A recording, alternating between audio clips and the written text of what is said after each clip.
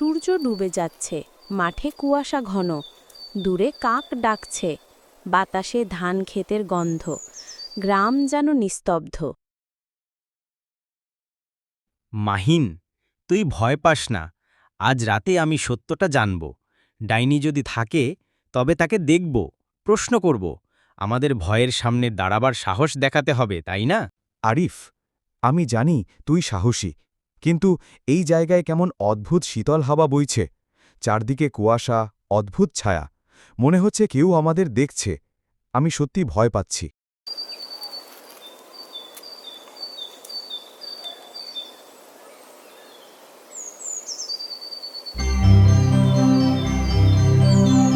বাচ্চারা বুঝতে হবে, অনেক বছর আগে এই গ্রামে এক মেয়ে ছিল, তাকে ডাইনি বলা হয়েছিল।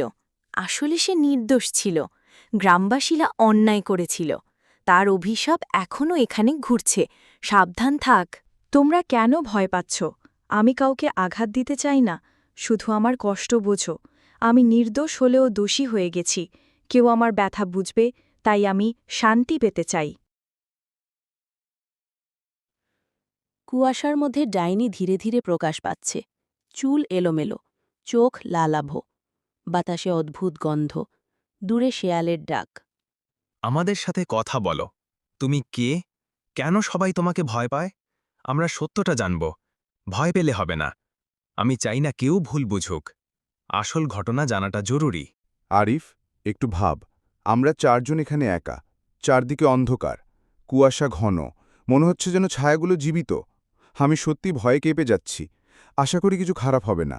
আমরা ভুল করেছিলাম, মানুষকে না বোঝে দোষ দেওয়া হয়েছিল।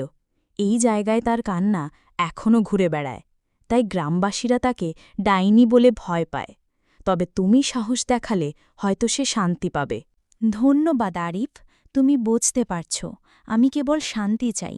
কেউ আমার ব্যথা বোঝে, তাই আমি তোমাদের কাছে এসেছি। কেউ আমার কষ্ট বোঝে, তখন আমি মুক্তি পাব। আমি আর কাউকে আঘাত দিতে চাই না। বাতাস নরম, দূরে নদী ঢেউ খেলছে। নানির স্মৃতিচারণা। প্রদীপের আলোয় চারজনের ছায়া বড় হয়ে গেছে। নানি, আমাকে সব বলো। কেন তাকে অন্যায় করা হয়েছিল? গ্রামবাসীরা কি জানত না সে নির্দোষ? আমরা সত্যি বুঝতে চাই, যেন আর কেউ ভ্রান্ত না হয়। সত্যি জানা আমাদের কর্তব্য। আমি ভয় পাচ্ছি আরিফ। মনে হচ্ছে আমরা অতীতের ছায়ার সঙ্গে মুখোমুখি। চারপাশ অন্ধকার, বাতাসে ভয়ের গন্ধ। মনে হচ্ছে কিছু একটা ঘটতে চলেছে। তুমি সত্যি নিশ্চিত কি আমরা এগোতে চাই? বছর 20 আগে সে গ্রামের মধ্যেই ছিল। সবাই তাকে ডাইনি বলে তাড়া করেছিল। কেউ বোঝেনি তার ব্যথা। আমি তাকে সাহায্য করতে পারিনি, তাই তার আত্মা শান্তি পায়নি।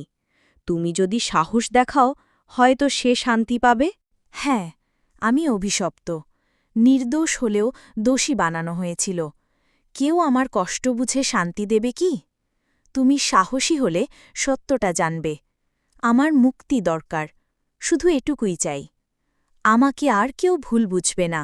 তো বন্ধুরা, আমাদের ভিডিওটি কেমন লাগলো? এই ভিডিওটি ভালো লাগলে একটি লাইক দিয়ে চ্যানেলটি সাবস্ক্রাইব করে রাখবে। তাহলে এই রকম মজার গল্প তোমার কাছে তাড়াতাড়ি চলে আসবে। আজকের মতো বিদায় বন্ধুরা।